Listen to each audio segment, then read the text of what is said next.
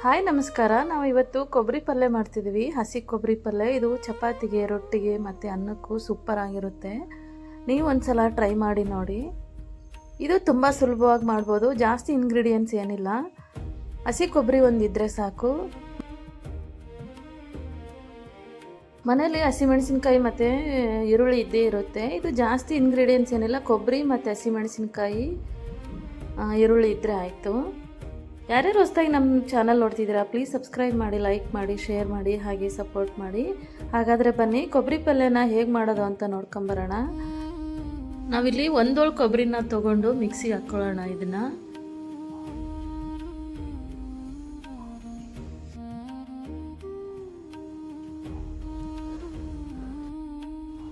ಈ ಥರ ತರಿ ಆಗಿದ್ರೆ ಆಯಿತು. ಈಗ ನಾವು ಪಾತ್ರೆ ಇಟ್ಟು 2 ಸ್ಪೂನ್ ಎಣ್ಣೆ ಹಾಕ್ಕೊಳ್ಳೋಣ.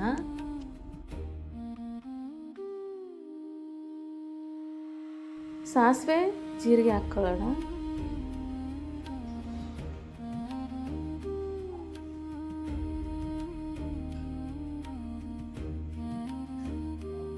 ಕರಿಬೇವು ಹಾಕ್ಕೊಳ್ಳೋಣ. ಮತ್ತು ಹಸಿಮೆಣಸಿನ್ಕಾಯಿ. ಇವುದು ಸ್ವಲ್ಪ ಎಣ್ಣೆಲಿ ಫ್ರೈ ಆಗಲಿ. ಹಸಿಮೆಣಸಿನ್ಕಾಯಿ,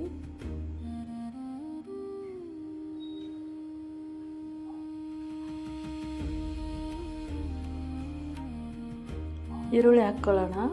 ಇದು ರೊಟ್ಟಿಗೆ ಅಥವಾ ಚಪಾತಿಗೆ ಒಂದೇ ಪಲ್ಯ ಇದ್ದಾಗ ಅರ್ಜೆಂಟಲ್ಲಿ ಮಾಡ್ಕೋಬೋದು. ಈ ಕೊಬ್ಬರಿ ಪಲ್ಯನ ಸೂಪರ್ ಆಗಿರುತ್ತೆ. ಒಂದೇ ಪಲ್ಯ ಇದೆ, ಜೊತೆಗೆ ಇನ್ನೊಂದು ಪಲ್ಯ ಬೇಕು ಅಂದಾಗ ಈಗ ಕೊಬ್ಬರಿ ಹಾಕ್ಕೊಳ್ಳೋಣ.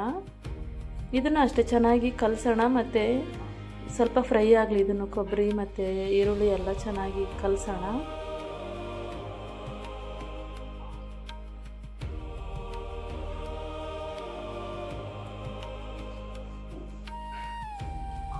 ಸ್ವಲ್ಪ ಅರಿಶಿನ ಹಾಕ್ಕೊಳ್ಳೋಣ, ಒಂದು ಅರ್ಧ ಸ್ಪೂನ್ ಅರಿಶಿನ. ಜಾಸ್ತಿ ಉಪ್ಪು ಹಿಡಿಯಲ್ಲ ಇದು ಕೊಬ್ಬರಿ, ಹಾಗಾಗಿ ಸ್ವಲ್ಪ ಕೊಬ್ಬರಿ ಹಾಕ್ಕೊಳ್ಳೋಣ ರುಚಿಗೆ ತಕ್ಕಷ್ಟು.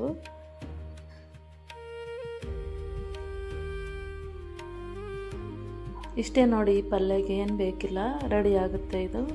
ಸ್ವಲ್ಪ ಅರಿಶಿನ ಉಪ್ಪು ಎಲ್ಲ ಚೆನ್ನಾಗಿ ಮಿಕ್ಸ್ ಆಗಿಬಿಟ್ರೆ ಲಾಸ್ಟಲ್ಲಿ ಕೊತ್ತಂಬರಿ ಹಾಕ್ಬಿಟ್ರೆ ಆಯಿತು. ಕೊಬ್ಬರಿ ಪಲ್ಯ ರೆಡಿ ಆಯಿತು.